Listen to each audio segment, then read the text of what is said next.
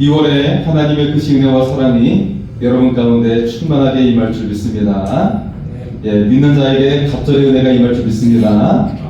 네, 할렐루야. 예, 여러분 추운 날씨에 어딘가 건물이 있으면 들어가고 싶죠. 네, 그래서 건물 입구에 문을 열고 들어가면 따뜻한 온기에 기분이 좋아집니다. 네, 기분이 좋아집니다. 여러분 인생에도 여러 문이 등장하죠. 학교에 들어가기 위해서 입학문이 우리가 들어가야 되고, 직업을 위해서 취업문에 들어가야 합니다. 그리고 배우자를 만나서 결혼의 문에 들어가게 됩니다. 이처럼 우리 인생은 각각의 문이 있다라는 것을 볼 수가 있어요. 그 문을 통과해야 우리가 무언가 이룰 수 있고, 또 인생의 문이 활짝 열리는 것을 볼 수가 있습니다. 성경은 기도와 관련해서 문을 두드리라고 했습니다. 예, 문을 두드리라, 그렇게 말씀을 하고 있어요. 두드리면 하늘의 문이 열리고 인생의 문이 열립니다. 성경에서 하나님의 은혜를 비유할 때 흔히 비라는 표현을 쓰죠. 비, 하늘에서 내리는 비를 표현하는데, 신명기 11장 14절의 말씀 한번 볼까요? 네, 말씀을 한번 보겠습니다. 다시 읽겠습니다. 여호와께서 너희의 땅에 이른 비, 늦은 비를 적당한 때에 내리시리니 너희가 곡식과 포도주와 기름을 얻을 것이요. 아멘. 할렐루야. 하나님께서 적절할 때에 비를 내려주셔야 우리 인생에 곡식과 포도주가 생긴다라는 것입니다. 네, 곡식은 우리의 양식이고 포도주는 우리에게 기쁨을 주는 것들인데요, 그것을 함축하고 있는 말씀이죠.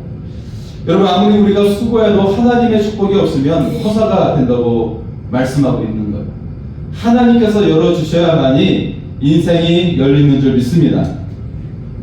하늘의 문이 열리는 방법이 따로 있다라고 성경은 우리가 말씀하고 있어요. 어떻게 하면 하늘의 문이 열리는 인생이 될 수 있을까요? 오늘 본문의 말씀은 축복의 말씀이죠. 기도가 응답받고 치유가 일어나고 하나님의 영광이 포위합니다. 그리고 물된 동산의 축복이 임한다라고 말씀하고 있습니다. 여러분, 2025년도에 여러분의 삶에 이런 축복이 임할 수 있기를 소원합니다.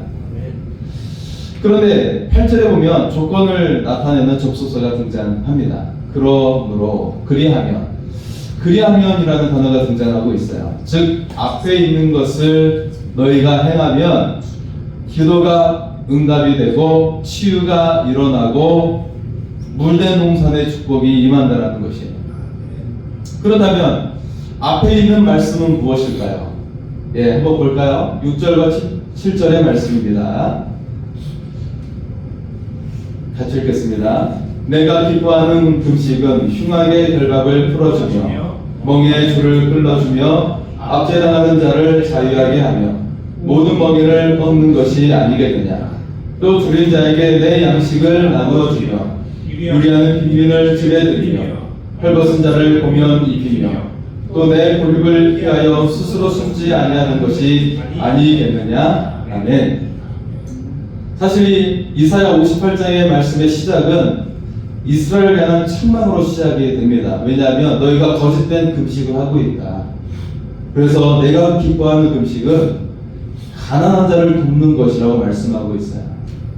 즉, 하나님께서 기뻐하시는 일을 행하면 그것을 통해 기도가 이루어진다고 말씀하고 있습니다. 네, 그 하나님께서 기뻐하시는 일을 너희가 온전히 행하고 그렇게 금식기도 하면 기도가 응답받고 치유가 급속할 것이며 물된 동산의 축복이 임한다라는 것입니다. 이 은혜가 여러분의 삶 가운데 임할 수 있기를 소원합니다. 오늘 이사야 58장 9절에 또 이렇게 말씀하고 있어요. 자, 그렇게 너희가 하면 내가 부를 때에 나 여호와가 응답하겠고 내가 부르짖을 때에는 내가 여기 있다 하리라. 너희가 간절히 기도하는 것이 뭐냐? 그 기도 가운데 내가 응답하겠고 네가 부르짖을 때에 내가 여기 있다 하겠다라고 말씀하고 계신 것입니다. 여러분이 하나님을 부를 때 응답받고 그 부르짖을 때 만나게 되는 역사가 임하기를 소원합니다. 2025년에 하늘의 문이 열리는 은혜가 여러분에게 임하기를 소원합니다. 사랑하는 성도 여러분, 하늘의 문이 열리고 치유와 회복과 그리고 축복이 임하는 삶이 되시기를 소원합니다. 하늘의 문이 열리는 삶이 되기 위해서 어떻게 해야 될까요? 첫째는 하나님을 사랑해야 한다는 것이죠.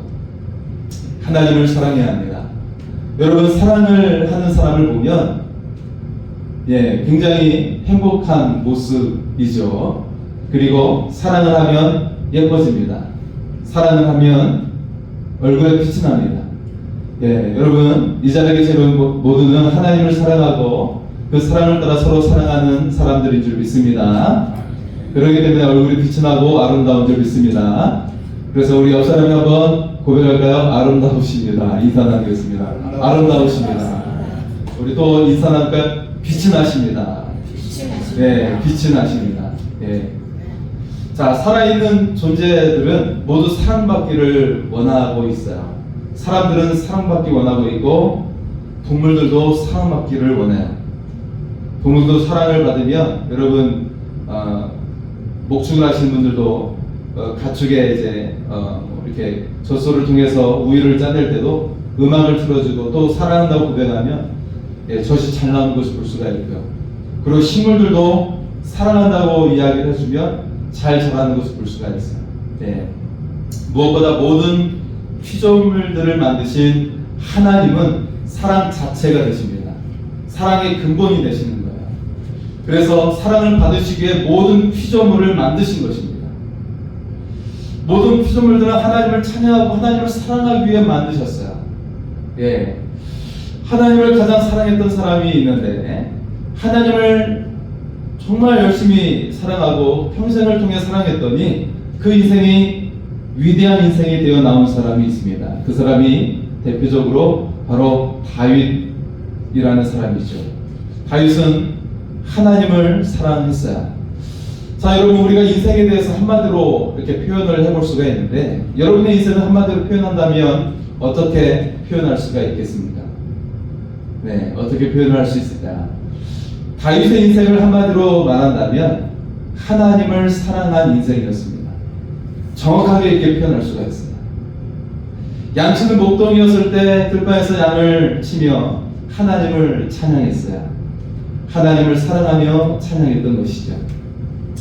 양들을 지킬 때 공과 사자의 위험 속에서 하나님을 의지하며 싸웠어요. 자신과 양들을 지켜주신 그 하나님을 다윗은 사랑했습니다. 무엇보다 골리앗이 하나님의 군대인 이스라엘을 모욕하고 있을 때 분노가 일어났어요. 그의 분노는 하나님을 사랑했기 때문에 일어난 분노였어요. 그래서 하나님을 사랑하는 마음 때문에 거대한 골리앗 앞에 섰습니다. 더 크신 하나님께서 다윗과 함께 하셨기 때문에 다윗은 거대한 골리앗을 무찔렀습니다. 하나님의 사랑으로 승리한 것입니다. 하나님의 사랑이 더 컸기 때문에 더 크신 하나님의 역사가 그를 통해 임하여서 거대한 골리앗을 넘어뜨릴 수가 있었던 것이에요. 여러분, 인생의 거대한 문제도 하나님 앞에서 아무것도 아님을 믿습니다. 하나님께서는 하나님을 사랑하던 다윗에게 감동하셨어요. 다윗이 양들을 돌보는 것과 하나님의 양들인 이스라엘 백성을 돌보는 것에 하나님은 감동하셨습니다. 그래서 하나님께서는 자신에게 감동을 주었던 다윗에게 이스라엘의 가장 위대한 왕으로 만들어 주신 줄 믿습니다. 그래서 그가 나가는 곳마다 싸우는 전쟁마다 승리를 주시는 은혜가 그의 삶 가운데 임하게 되었습니다. 다윗의 인생에 하늘의 문이 열리게 하신 것입니다. 가장 위대한 왕국이 되게 하셨습니다. 다윗의 왕국을 통해 메시아의 왕국을 보여주셨어요. 오실 메시아의 모습을 다윗을 통해 보여주신 것입니다. 여러분, 하나님을 사랑하십니까? 하나님께 감동을 주시기 바랍니다. 여러분의 인생에 하늘의 문이 열리는 축복이 임할 줄 믿습니다.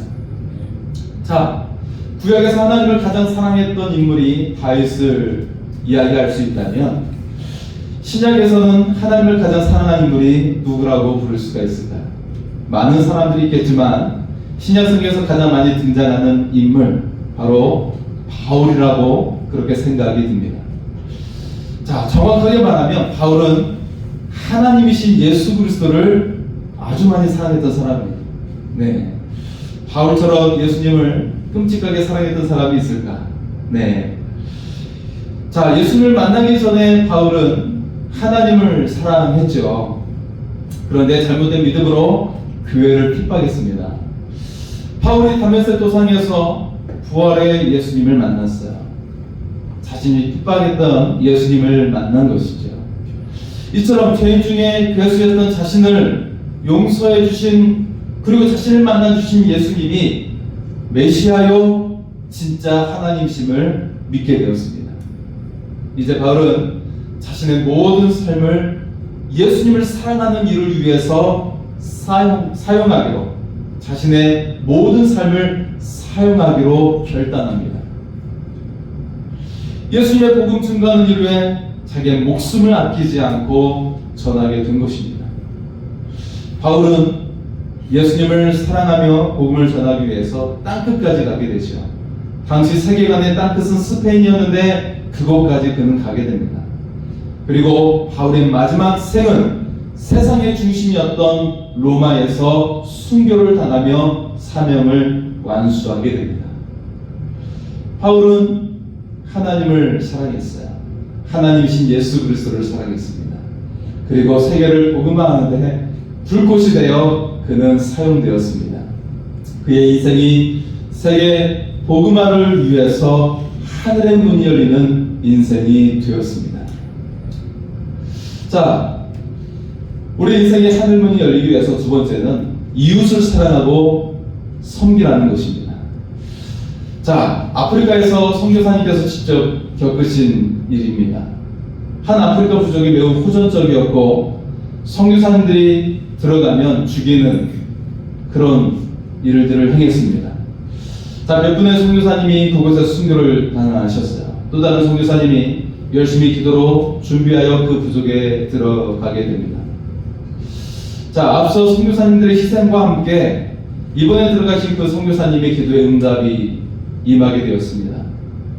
추장의 아들이 병이 들어 죽게 되는 상황이었는데 추장이 선교사님께 말하는 거예요. 내 아들을 살려내면 너의 말을 들어볼 것이고 아들이 죽으면 너도 죽게 될 것이다. 선교사님의 간절한 기도와 함께 다음날 추장의 아들이 살아났습니다. 할렐루야. 네. 추장은 선교사를 받아들였고 그 부족은 하나님을 믿는 부족이 되었어요. 실제 있었던 일이죠. 여러분, 하나님의 자녀들은 누구일까요? 물론 우리가 하나님의 백성이라고 생각하겠지만 하지만 그보다 더 하나님의 자녀는 바로 나그네라는 사실입니다. 구체적으로 말하면 오늘 본문 7절에 등장하는 줄인 자, 유리하는 빈민, 헐벗은 자입니다. 이들을 돌보는 일이 진짜 금식이라고 말씀하고 있고 또한 하나님을 사랑하는 일이라고 말씀하고 있어요. 왜 하나님께서 이렇게까지 표현을 하실까? 여러분 곰곰이 생각해 보십시오. 자, 왜 나그네가 하나님의 자녀라고 말하는 것인가? 자, 첫 번째, 아브라함은 나그네를 영접했어요. 창세기 18장에 아브라함은 자신의 집을 지나가는 나그네를 영접해 드립니다. 그들을 위해 발을 씻을 수 있는 물을 준비하고 송아지를 잡아서 정성스럽게 음식을 대접했습니다. 그 나그네는 다름 아닌 하나님의 사자들이었어요. 그 중에 한 분이 예수 그리스도라고 성서학자들은 말을 하죠. 나그네로 왔던 하나님의 사자들은 아브라함과 사라가 1년 후에 아들을 낳을 것을 말해줍니다. 이때 사라가 웃었는데 정말 1년 후에 아들을 낳게 되었고 그 이름을 웃음이라는 뜻을 가진 이삭이라고 이름을 짓게 되죠. 아브라함은 나그네를 잘 영접하여서 하늘의 축복의 약속을 받게 받게 됩니다. 나그네로 왔던 하나님의 사자는 아브라함을 축복하며 다음과 같이 말씀을 주시게 되죠. 창세기 18장 18절과 19절의 말씀을 볼까요? 자, 이 말씀이 여러분의 약속이 될 수 있기를 소원합니다. 같이 읽겠습니다. 아브라함은 강대한 나라가 되고 천한 만민은 그로 말미암아 복을 받게 될 것이 아니냐. 내가 그로 그 자식과 본소에게 명하여 여호와의 도를 지켜 의와 공도를 행하게 하려고 그를 택하였느냐. 이는 나 여호와가 아브라함에게 대하여 말한 일을 이루려 함이니라. 아멘. 할렐루야. 이 약속의 말씀이 여러분의 삶과 여러분의 가문의 약속의 말씀이 될 수 있기를 소원합니다. 자, 아브라함을 향한 이 약속이 그를 통해 낳을 이삭이라고 하는 아들로 국한된 것이 아니에요. 거기에 한정된 것이 아니라 그것을 뛰어넘는 약속이었어요. 온 인류를 구원하실 메시아의 약속이 아브라함을 통해 일어나게 될 것이라고 주시고 계시는 약속이었습니다. 나그네를 영접하던 아브라함에게 하나님의 아들이신 예수 그리스도의 약속을 주신 것입니다. 자, 그리고 이스라엘을 여러분 보시면 이스라엘은 애굽에서 나그네 된 자라고 성경은 거듭 강조하고 있습니다. 하나님이 이스라엘을 출애굽시키면서 이스라엘에게 반복하여 각인시키며 강조하신 말씀이 있어요. 그것은 너희 이스라엘은 애굽에서 나그네가 되었다라는 것입니다. 객이 되었다라고 말씀하고 있는 거예요. 그러니 너희들도 고아와 과부와 나그네를 돌보라고 반복해서 명령하고 계십니다. 이스라엘 정체성은 나그네 된 자들이었어요. 그들은 애굽에서 노예 신부처럼 되어 있었고 그 실체는 나그네였습니다. 이것을 다른 말로 표현하면 세계 여러 민족 가운데 가장 볼품이 없고 초라한 민족이었다라는 거예요. 너희들은 가장 볼품이 없었어, 가장 초라했어 라고 말해주고 있는 거예요. 그런데 그들이 하나님을 섬기면 가나안 땅을 약속의 땅으로 주시겠다라는 것입니다. 그들이 하나님을 섬기면 모든 민족의 뛰어난 민족이 되게 해주시겠다라고 말씀하고 계세요. 그리고 세계 열방 가운데 축복의 통로가 되는 제사장의 나라가 되어 가장 뛰어난 민족으로 삼겠다라고 말씀하고 계십니다. 하늘의 문을 여는 축복의 나라요 축복의 사람이 되겠다고 약속하신 것입니다. 이 약속이 하나님이 믿는 우리에게도 임함을 믿습니다. 자, 그리고 여러분 또 한 가지, 여러분 알고 계십니까? 무엇보다 이 땅에 나그네로 오신 분이 계십니다. 바로 베들레헴이에요. 태어나실 곳이 없어 나그네로 태어나신 분, 빈방이 없어 사람이 아닌 짐승이 들어있는 마구간에서 태어나신 분, 사람들의 마음에 모실 공간이 없어 초라하게 이 땅에 오신 분, 그분은 바로 하나님의 아들 예수 그리스도이십니다. 모든 나그네의 대표가 되어 이 땅에 오신 예수 그리스도, 고아와 과부와 나그네의 대표가 되어 이 땅에 오신 분, 줄인 자, 유리하는 빈빈 헐벗은 자의 대표가 되어 이 땅에 오신 분, 주님은 우리에게 말씀하십니다. 지극히 작은 자에게 한 것이 곧 하나님께 한 것이라고 말씀하고 계신 것입니다. 지극히 작은 자에게 한 것을 통해 하나님의 나라에서 구원과 심판의 판단을 받게 될 것이라고 말씀하고 계십니다. 오늘 우리의 이웃을 사랑할 수 있기를 바랍니다. 어려움을 당하는 이웃을 돌보는 우리의 삶이 될 수 있기를 소원합니다. 여러분의 삶에 반드시 하늘의 문이 열리는 축복이 임하게 될 줄 믿습니다. 마지막 세 번째는 교회를 사랑해야 한다는 것입니다. 여러분 명절을 참 잘 보내신 것 같습니다. 네, 얼굴이 모두 좋아 보이십니다. 여러분 명절에 시골 큰 집에 가면 곡간이 있어요. 곡간 안에는 떡이 있고 약과도 있고 쌀과자도 있고 맛있는 과일이 있습니다. 네. 그래서 저도 어릴 적 큰 집에 가면 이제 저희 아버님 형제가 10남매예요. 그러다 보니까 곡간도 꽤 컸습니다. 그래서 거기서 큰어머님이 뭔가 내오면 기대감이 막 넘치는 거예요. 뭘 내올까? 예. 명절 어른말을 잘 들으면 곡간에서 떡이 나옵니다. 약과가 나옵니다. 좋아하는 것들이 나옵니다. 우리가 하나님을 기쁘시게 하면 하늘의 문이 열리는 줄 믿습니다. 뭔가 좋은 것을 여러분에게 내려주실 줄 믿습니다. 오늘 이사야서 말씀의 핵심은 하나님께서 기뻐하시는 것을 하라는 것이에요. 그러면 하늘의 문이 열립니다. 치유가 급속하고 하나님의 영광이 호위합니다.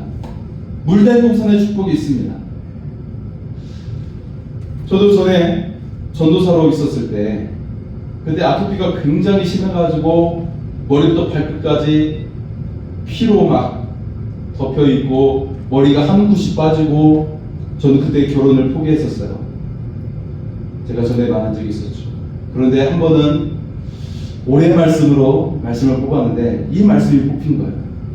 이사야 58장 8절의 말씀이에요. 이 말씀이 뽑힌 거예요. 저는 아멘으로 받았더니 정말 그의 치유가 일어났고 그리고 또 이어서 결혼도 하게 되는 하나님의 은혜가 일어났습니다. 기적과 같은 일이었어요. 저에게는. 네.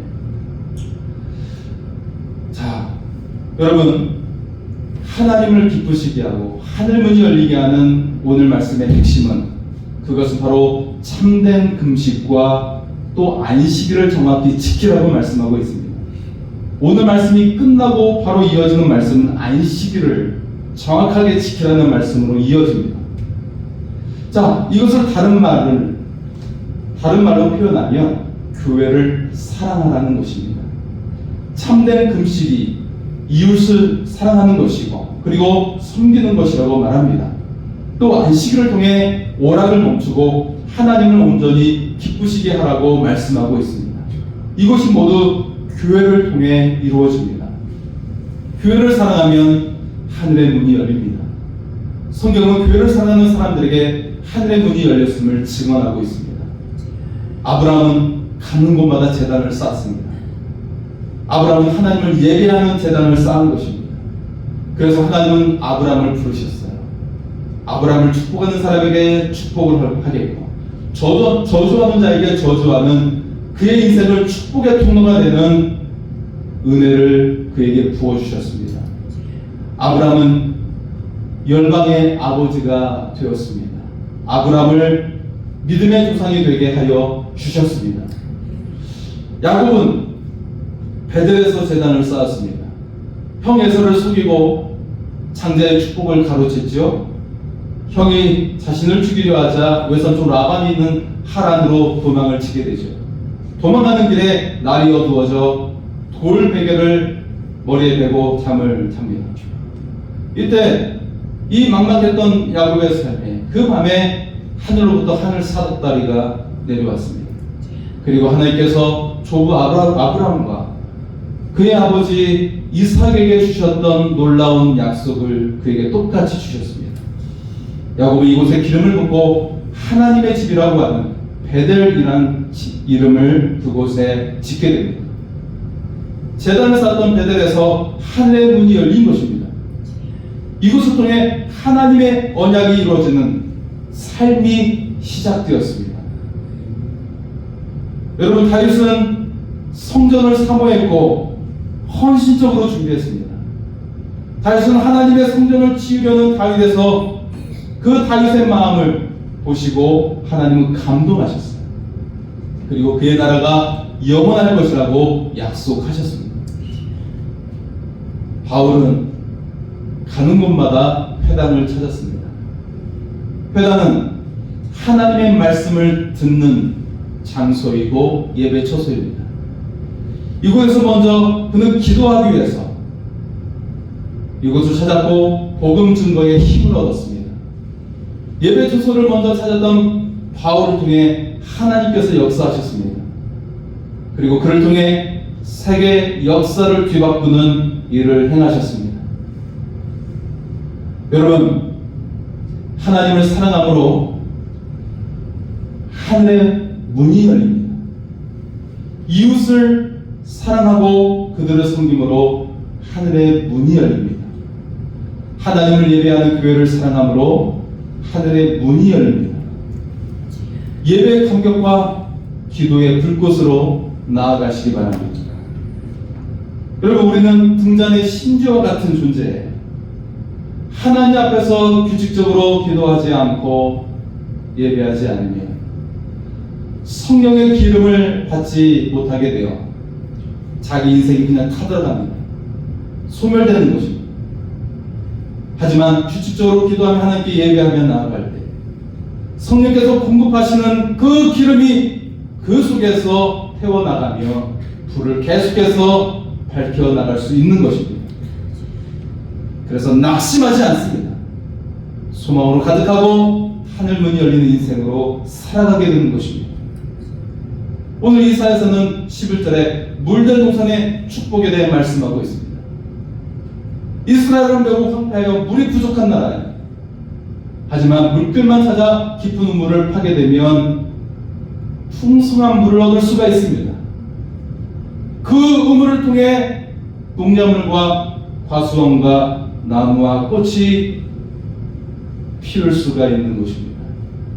그래서 황폐한 곳에 과수원은 물론 정원까지 만들 수 있고 궁궐 같은 집을 꾸밀 수가 있는 것입니다.